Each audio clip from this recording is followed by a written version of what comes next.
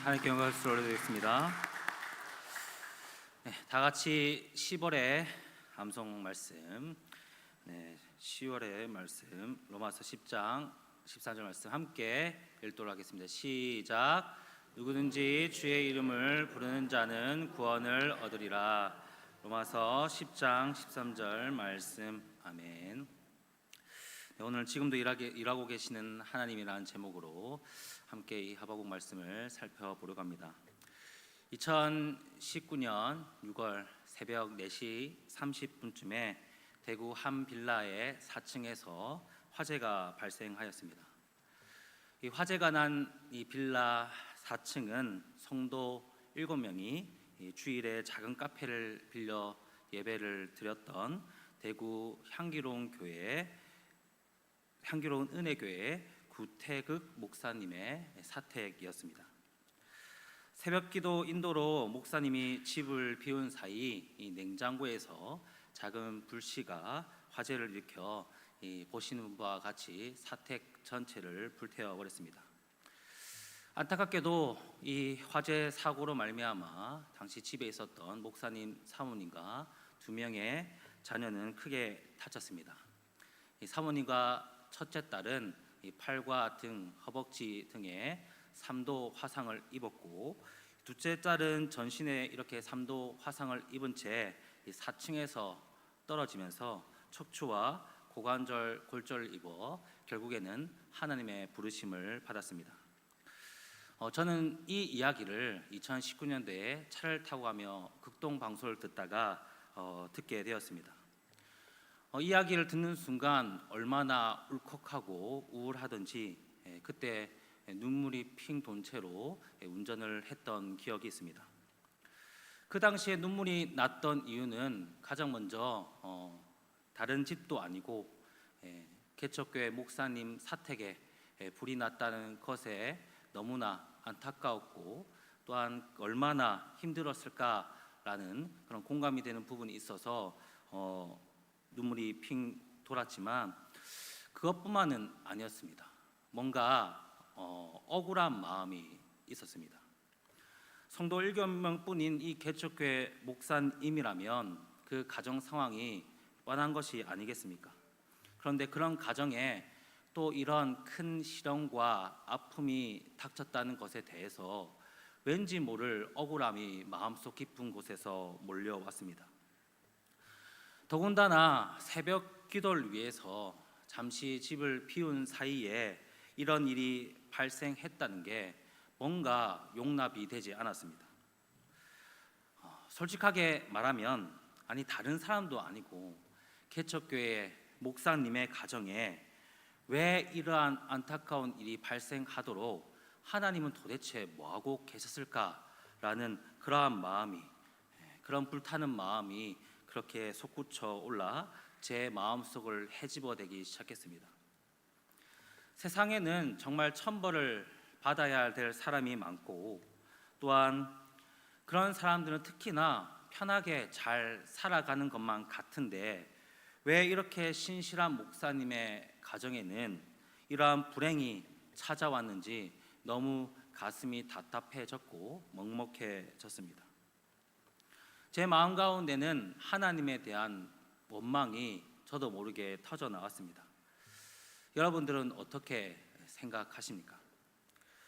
우리도 세상 가운데 살아가면 정말 하나님이 살아계신다는 이 사실과 일치되지 않는 불공평함과 불합리화를 경험할 때마다 우리는 뭔지 모를 억울함과 답답한 마음을 느낄 때가 있지 않습니까?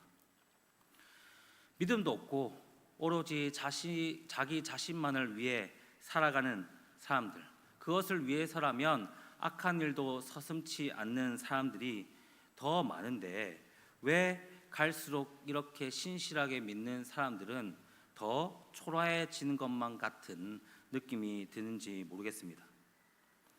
정말 우리가 말씀을 통해 믿고 있는 하나님의 정의와 공의는 도대체 어디에 있는지, 하나님의 공의와 정의는 정말 말뿐인 것은 아닌지 우리가 의문이 듭니다. 물론 정말 하나님이 살아계신다라는 이 사실을 우리가 부인할 수는 없지만 이러한 부조리한 일들, 불공평한 일들을 볼 때마다 정말 믿음을 가지고 살아가도 세상 사람들과 크게 다르지 않는 이 현실을 경험하면서 우리는 크게 실망하고 마음은 답답해지는 것입니다. 여러분, 오늘 말씀에서도 보면 하바국도 이런 비슷한 경험을 하고 있습니다. 하바국은 이런 세상의 불공평함과 부조리함을 아주 절실히 경험하고 있는 것입니다. 하바국이 지금 살고 있는 이 현재의 유다 상황은 사회, 경제, 정치 모든 분야, 이 종교 모든 분야에 있어서 그 타락이 극에 달했던 상황입니다. 상류층이나 기득권자들이 각종 부정과 비리, 부패를 저질렀을 뿐만 아니라 오히려 약한 자들에 대한 수탈과 착취들을 일삼으면서 자신의 부를 늘리고 또한 그 부를 늘린 것을 통하여서 사치를 부렸던 때입니다. 반면 돈이 없고 힘이 없는 자들, 소위 의인이라고 불리는 자들은 이 악한 자들에 의해서 더욱 갈수록 피해를 봐야만 했던 겁니다. 악인들은 갈수록 더 기세 등등해져 갔습니다. 하바국 선지자는 이런 모습을 보면서 하나님의 공의와 정의에 대해서 다시 한 번 더 고민하기 시작했습니다. 왜 이렇게 악인들이 날뛰는데도 불구하고 왜 하나님은 그분의 공의와 정의를 시행하시지 않는지, 자신이 알던 하나님의 공의와 정의에 대한 지식과 실제 삶 속에서 나타나는 이 현실의 상황이 서로 맞물리면서 충돌을 일으키기 시작했던 겁니다. 여러분, 이러한 불의와 비참한 현실을 보면서 하바국 선지자는 선지자로서 과연 무엇을 할 수 있었을까요? 하나님이 분명히 살아계신데도 불구하고 공의와 정의가 행해지지 않는 이 세상을 보면서, 이 현실을 보면서 이 하바국 선지자는 무엇을 해야만 했을까요? 오늘 본문 말씀 2절과 3절 말씀을 다시 한번 더 읽도록 하겠습니다. 시작. 여호와여, 내가 부르짖어도 주께서 듣지 아니하시니 어느 때까지리까? 내가 강포로 말미암아 외쳐도 주께서 구원하지 아니하시나이다. 어찌하여 내게 죄악을 보게 하시며 폐역을 눈으로 보게 하시나이까? 겁탈과 강포가 내 앞에 있고 변론과 분쟁이 일어났나이다. 아멘. 여러분, 2절과 3절 말씀을 통해 우리가 알 수 있는 가장 첫 번째 중요한 사실은 하바국은 이러한 공의와 정의가 행해지지 않는 불합리한 이런 현실 가운데서도 결국에는 가장 먼저 취한 행동은 바로 하나님께 기도했다라는 겁니다. 그런데 2절부터 3절까지 이 말씀을 보면 하바국 선지자가 어떻게 기도하시는 것 같습니까? 점잖게 기도한다고 볼 수 있겠습니까? 하바국 선지자는 정말 이 기도하는 모습을 우리가 상상해 보았을 때 어떻게 보면 선지자로서 거룩하고 점잖은 모습으로 기도했던 것이 아니라 단지 손가락만 지켜 세우지 않았을 뿐이지 정말 하나님께 따지듯 하나님께 기도하고 있습니다. 하나님은 도대체 무엇을 하고 계시냐며 자신의 답답함을 결코 숨기지 아니하고 그대로 하나님께 호소하고 있는 것입니다. 물론 하바국 선지자가 이렇게 하나님께 따지듯 호소할 수 있었던 것은 물론 하바국 선지자가 그 누구보다 하나님의 살아계심을 철저하게 믿었던 사람이었기 때문입니다. 확실히 하나님이 살아계신데, 내가 하나님의 살아계심을 진짜 믿는데 그럼에도 불구하고 이 공의와 정의가 행해지지 않는 이 현상을 바라보면서 하바국 선지자는 더욱더 이해할 수 없었던 겁니다. 그래서 하바국 선지자는 하나님께 두 가지를 질문하고 있습니다. 그 첫 번째는 무엇이냐면 바로 왜라는 질문입니다. 여러분 4절을 보십시오. 4절에 이렇게 기록되어 있습니다. 이러므로 율법이 해이하고 정의가 전혀 시행되지 못하오니 이는 악인이 의인을 에워쌌으므로 정의가 굳게 행하여 짐이니이다 라고 얘기했습니다. 4절의 말씀을 보면 악인이 의인을 에워쌌고 정의가 굳게 행해지고 있다라고 그렇게 증거하고 있습니다. 하박국 선지자는 이 4절 말씀을 통해 하나님께 이렇게 질문을 하고 있습니다. 하나님, 왜 의인보다 악인이 잘 사는 세상이 되어버렸습니까? 왜 하나님은 악인이 더욱 잘 먹고 잘 살도록 그냥 내버려 두고 계십니까? 악인들이 의인들을 괴롭게 하고 권력과 폭력으로 그들을 압제하고 있는데 왜 하나님은 그냥 보고만 계십니까?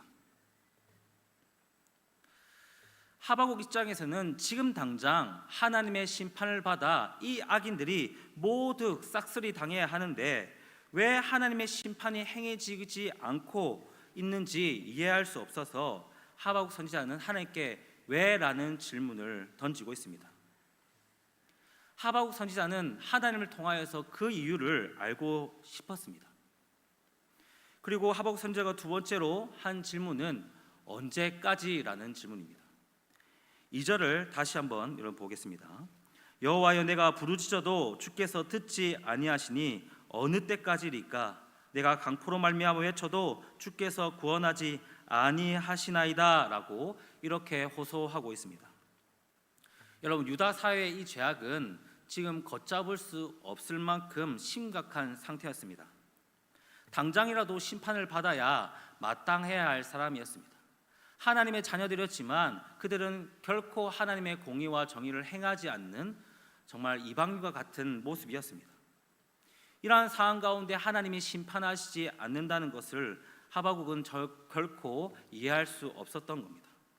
내가 아는 한 하나님은 지금 당장이라도 심판하실 분인데 왜 이러한 상황을 그냥 지켜보고만 계실 분일까?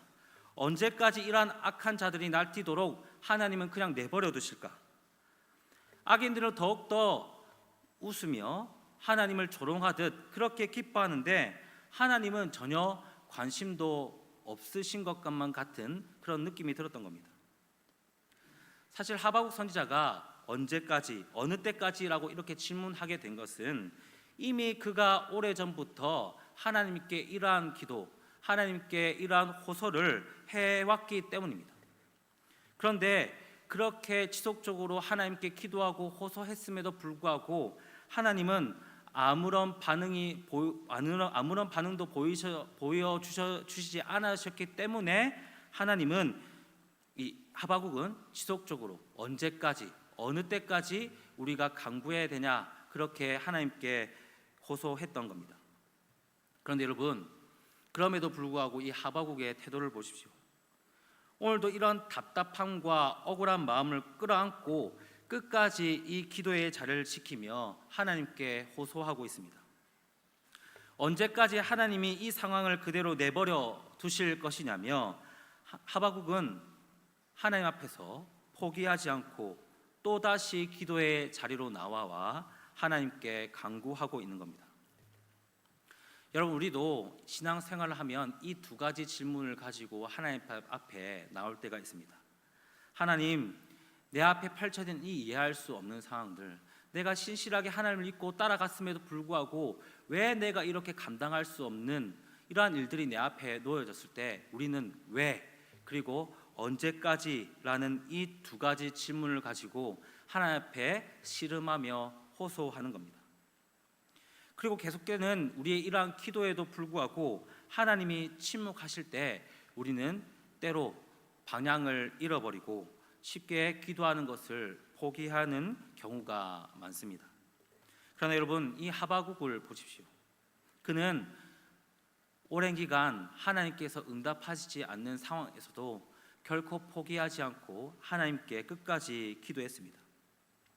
그는 끝까지 하나님 앞에 매달리며 하나님 왜, 언제까지라는 이 질문을 계속해서 던지며 하나님이 응답하실 때까지 포기하지 않고 기도했습니다. 하나님은 하나님의 뜻, 하나님의 그 계획을 알 때까지 계속해서 기도의 자리를 지켰던 것입니다. 여러분, 우리에게도 이러한 정말 기도의 끈기가 있어야 하지 않겠습니까? 물론 포기하지 않고 기도할 수 있는 것은 하나님에 대한 신뢰가, 정말 깊은 신뢰가 밑바탕 되어 있어야 합니다. 그러한 신뢰가 있을 때 우리는 하나님의 뜻이 무엇인지 상식적으로 이해되지 않는다고 하더라도, 억울하고 답답한 마음이 있다고 하더라도 우리는 끝까지 하나님께 매달리며 기도할 수 있는 것입니다.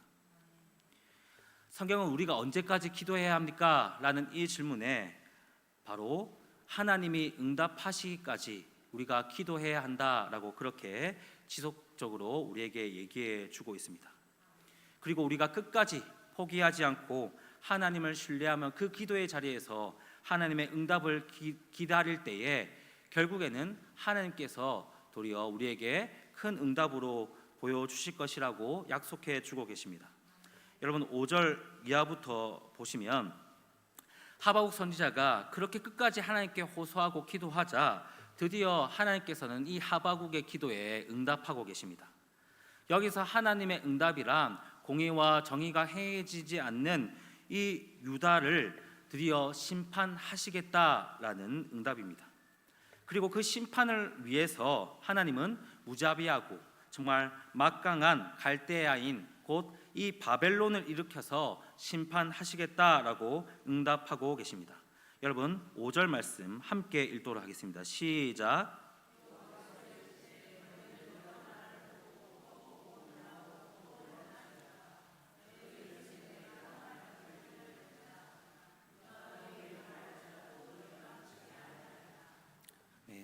그래서 여러분 이 5절의 이하의 하나님의 응답 부분에서는 우리가 한 가지 중요한 사실을 발견할 수 있습니다. 그것은 바로 무엇이냐면 하바국이 하나님이 응답해 주시지 않는다고 생각하는 그때에도 하나님은 계속해서 그 자녀들을 위하여 일하고 계셨다라는 사실입니다.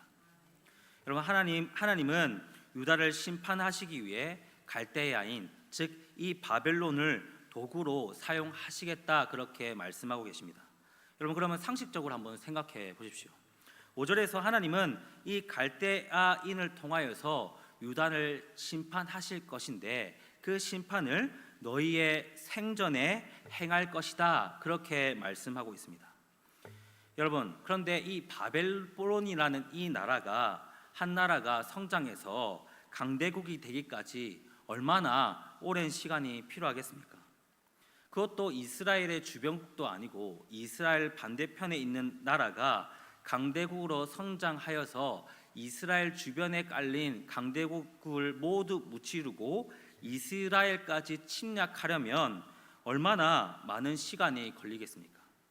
바벨론이 정말 급속적으로 성장했다고 하더라도 짧게 잡아도 몇십 년 이상 걸릴 것이고 이스라엘 주변 강대국이라 할 수 있는 이 아수르와 애굽 등의 모든 이 국가들을 점령하고 이스라엘까지 파괴하려면 훨씬 더 많은 시간이 소요되지 않겠습니까? 따라서 하나님께서 하바국이 기도한 오늘 이 시점에 응답한 그 시점에서야 하나님께서 바벨론을 성장시켜 반대편 이스라엘까지 쳐들어오도록 계획하셨다고 한다면 그제서야 계획하셨다고 한다면 이 5절의 말씀대로 시간상 절대 이 한 세대가 살아생전에 볼 수 없는 일이 되었을 것입니다. 그러나 하나님께서 이 5절에서 분명하게 너희 생전에 내가 그 일을 행할 것이다 라고 말씀하셨다라는 것은 하나님이 이미 하바국이 그렇게 호소하기 이전부터 이 모든 계획과 뜻들을 준비하고 계셨고 그것을 위하여서 이미 일하고 계셨다라는 사실입니다. 하바국 선지자가 답답한 마음에 정말 하나님께 따졌을 때도 하나님은 그 물음에도 굴하지 않고 그분의 역사와 구원의 계획들을 이루어 가시는 하나님이십니다. 하나님 어떠한 상황 가운데서도 공의와 정의를 실행하기 위하여서 지금도 일하고 계신 하나님이십니다. 여러분 우리도 기도하면서 때로는 하나님이 응답하시지 않고 내 기도에 관심이 없으신 것만 같은 그런 느낌이 들 때가 있습니다.